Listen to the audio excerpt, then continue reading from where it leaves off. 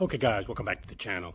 I'm here in New Orleans, actually Covington, Louisiana, north shore of Lake Pontchartrain in New Orleans, visiting my mom, taking care of her. She's had some health issues, so appreciate all the well wishes. She's doing better at least. Nothing solved yet, but in any case, appreciate all the well wishes.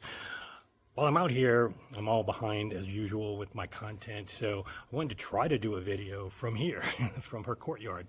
And I wanted to address this one good article that I saw, I think it was on Head Honesty, about how the industry in general. And I had some thoughts about that and different stats than what they had produced in there, so I thought it'd be a good video to give more information and some different perspective from a YouTuber to complement that good article. Now, one of the things, and I'll try to put up some stuff. I don't have all my tools here to give you. I don't do much editing to begin with, but I'll try to put up some things and some links to this good article so you can check it out yourself. But one of the things that you'll notice when you start watching reading the article, number one, it has an AI-generated thumbnail, and that was interesting because it had all old white guys around audio equipment to imply what the article was talking about. The hobby is dying. It's nothing but old people. We need to bring in new blood or else the hobby will die. However, two things that I found right off the bat a little bit peculiar. First of all, the article was written by a female. So evidently a female is in the hobby, in the press for them writing this. And then number two, if you've ever used AI to create an image, in order for you to get an image like they did with all old white guys in one image, you have to force the narrative. You have to tell AI, only give me old white guys in a room with audio equipment. Otherwise, it's going to give you the most diverse image natively. So whether one is forcing a narrative or AI is forcing their own, diversity narrative that's not reflecting reality, that's beside the point. The point is, whenever we read these articles, we have to have our own high IQ to analyze everything that is said and evaluate it from their perspective and their data, as well as your own data and your own perspective. And that's what I'm doing with this video. And so those were two things that jumped out right off the bat. But one of the things that immediately I saw differently is that they were talking about stats, and maybe I'll put it up if I find a way to do some video editing out here, that over 45% of the viewers of the YouTube channel they were talking about were over 65 years old. Well, okay, then that'll fit their narrative of the article. But in my case, that's not the case at all. It's like 20% are over 65.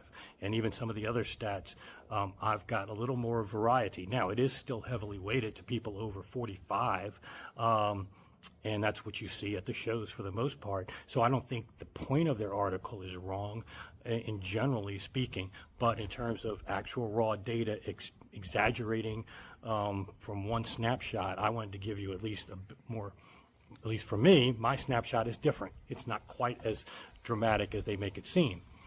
Another thing that my stats show different than their stats is that there's a point in there where they say that most of the traffic is external sources like Facebook and online forums. And so they're implying that all the traffic is just regurgitated among the same people. And I don't see that at all. In fact, if I put a link on Facebook group or whatever, almost no traffic comes from that, very little relative to my total watch stats. I got a bee coming around here. Anyway. Wow, this is going to be crazy. Let me pause. Okay, guys, I survived the bee. Hopefully he'll stay away for a little while. Anyway, getting back to the point of where traffic comes from, I don't see that at all. And I would be very surprised if any channel gets most of their traffic from Facebook links at all. In fact, Facebook kind of, not intentionally, but they don't want to send people off their platform to YouTube content. So that would be very surprising if, because there's all kinds of allegations about Facebook even kind of repressing those kind of links. But in any case, I don't see that happening at all. What I do see is most YouTube content is generated from not even subscribers. I mean, almost every channel, if you look at their watch, it is generated from SEO, which is search engine optimization. So that's why you'll see a lot of these channels putting the word best in their titles. When you put these words that are very commonly searched for, best speaker in the world, best speaker under 500, best DAC, best, that's what people use on search engines. And so that gets you organic traffic because Google owns YouTube. And so when you put that into a Google search, they're going to get you naturally first page traffic in most cases of your video. And so a lot of YouTubers that go for the mass appeal audience and those vanity metrics and that kind of audience will put those titles in there. And ones that are really good at that are like Andrew Robinson. He puts best in like everything in different categories. Best over 500, best under 455, best under 400, best under 350. I'm exaggerating here, but this is where most of your traffic as a YouTuber, trust me, comes from, not from links on forums or Facebook. So I do disagree with that part of the article. And in any case, the macro point is that's kind of a good thing, if I'm right, that it's getting much more new traffic, YouTube, than traditional magazines where you had to be subscribed or even know about Audiophile or Absolute Sound. So I'm seeing actually this being a good thing. You can say negative things about these guys that go for the mass audience and do all that clickbait type stuff. But look, at the end of the day, I don't need to tell you what to do. It's your IQ. If you like their kind of stuff, then watch it. If you don't like their kind of stuff, don't watch it. It's up for everybody to find what their niche is and what the content they like. And that's one of the macro takeaways that I wanted to talk about, because really, the content on YouTube, it really, and Audiophile in general, it really is broken up into segments. And this article tends to just talk about one segment. And one of the things that they find bad, okay, the elitist ones, the ones that are bragging rights audiophiles, the ones that spend $250,000 on a turntable, they are painting that in this article as bad and universal.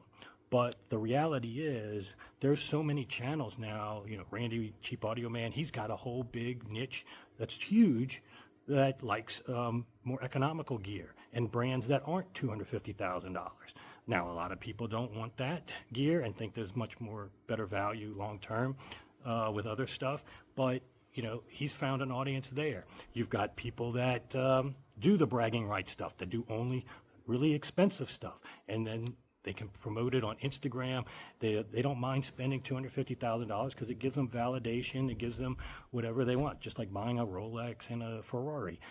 Those people are attracted to the hobby for that reason. And then you got some that are even into exotic physics, snake oil in the most negative sense, which is kind of mentioned in this article. Snake oil salesmen are turning off people in the hobby. Well, anybody with an IQ above room temperature knows these people that are promoting the snake oil stuff. And it's a small niche that is not representative of the entire hobby, okay? Let those people have their little fun with whatever exotic physics they want to believe in. It's just like in real life. People have, go see a shaman for, whatever they need, or crystals that they'll put in their bedroom, whatever floats their boat, let them do that. It's not representative of everybody just because there are some people doing that and have an audience for that. So, in my opinion, pricing and variety in the hobby has never been better. When I started out, there was only a few magazines, and like I told you guys that are longtime subscribers, the musical fidelity, it was British Fidelity back then. British Fidelity A1 amp was the only thing I could really afford when I first started, integrated amp. And it was phenomenal, and good thing it was, because it kept me in the hobby. If it was crap, I probably would have quit the hobby, because everything was so expensive back then relative to my budget, and there wasn't as many options as you see today. Just go watch a Cheap Audio Man. I don't even know some of these brands. Weem, Fozzy. I have no idea some of these brands that come out of nowhere. And, they get a bad rap for being Chinese, cheaply made, whatever. But evidently, that is attracting new people to the hobby. And look, are those going to be gear for a lifetime for people? I don't think it is. I think if people have a good experience like I did, they will eventually move up and try to find other things. And then they will start getting their IQ from audiophile related IQ I'm talking about, realizing, okay, that some of this stuff is just overpriced, for bragging rights people. Some of this stuff is truly snake oil. I don't believe this. I passed physics 101. I don't believe that.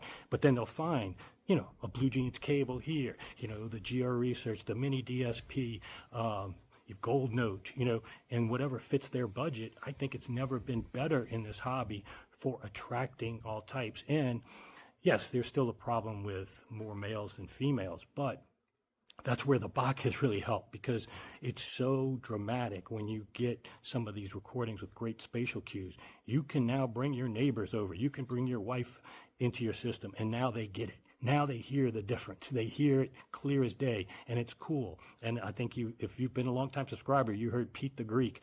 His wife, after he got the Bach, had him put little sticky notes on his entire system on how to turn it on when he went to work each day, because she wanted to listen to his system while he was gone. That's the best anecdotal validation ever for a product. But macro point is, at the shows, I'm seeing more and more couples come in. You can watch some of my videos. You see females more and more. It's not going to change overnight. So a lot of this article, in my opinion, is taking a stereotype that existed for a long time, and it still has some merit. Like I said, I still have mostly people over 45, but it's not as dead as people think, and the trends, I think, are actually better. So as long as we have people filling all the niches, catering to the bragging rights, catering to the snake oil guys, catering to the budget guys, catering to the high value, physics-based, high fidelity metric guys, that's a good thing, and then obviously what's even better, to be honest with you, is when all these guys fight. Like this drama now between Andrew Robinson and GR Research, that people will stop watching the Super Bowl that they spent $4,000 for to watch a fight in the crowd. So I even enjoy the fighting because it just brings more people to the hobby. Conor McGregor would never be as big as he is now without his trash talk and all this stuff.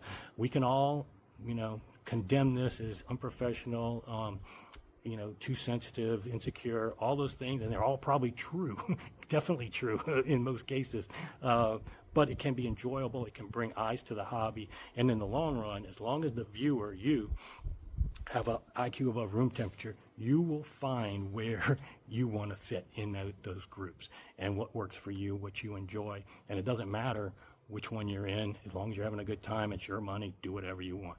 So that's my 2 cents on that article. It's a good article overall, but I wanted to give you my counterpoints and some additional things that I thought might be helpful.